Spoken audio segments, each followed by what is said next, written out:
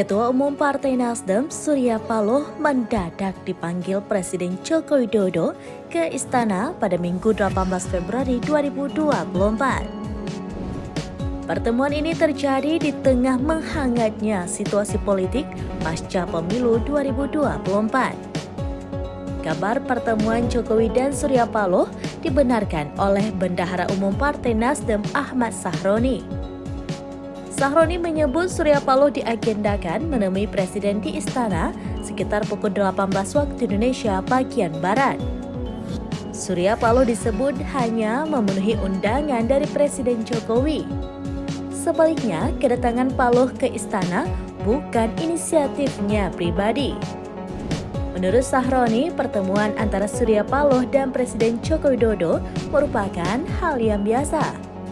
Dia menyebut pertemuan itu hanya sebagai bagian silaturahmi saja.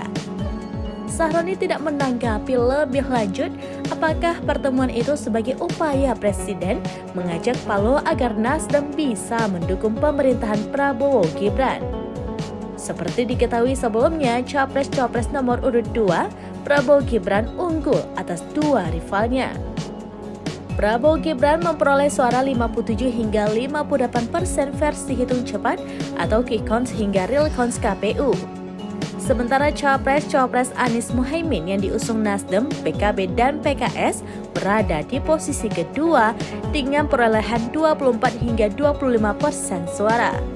Terlepas dari itu, saat ini Nasdem juga masih mempunyai satu orang kader partai di dalam Kabinet Indonesia Bersatu atau KIP pemerintahan Jokowi Ma'ruf Amin. Dia adalah Menteri Kehutanan dan Lingkungan Hidup atau LHK Siti Nurbaya Bagар.